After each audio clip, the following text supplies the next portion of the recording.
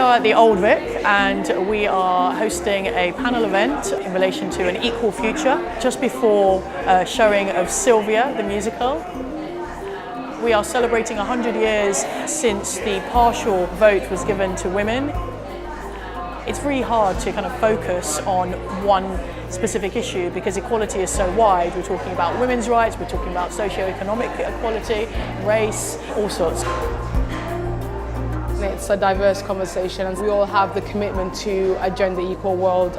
Ultimately, education and conversation is how we can achieve that.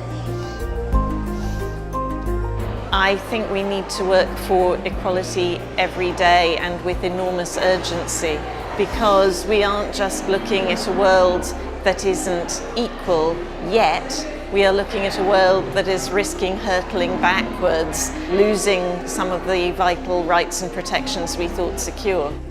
Right now, we're at just a huge crossroads moment in the world, and the decisions we make right now are critical.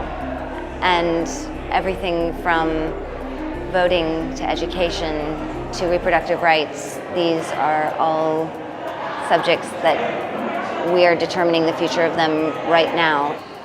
In our own lives, we'll experience different types of prejudice, or we'll see different types of injustice. We need to first start out by calling it out, and then we need to put pressure on policymakers to do something about it. And we have to demand equality, and that means that we have to vote for the people that say they're going to deliver that. Join trade unions, protest, go out and talk to as many people as possible and show them that they can't get away with doing nothing on the issues we care about.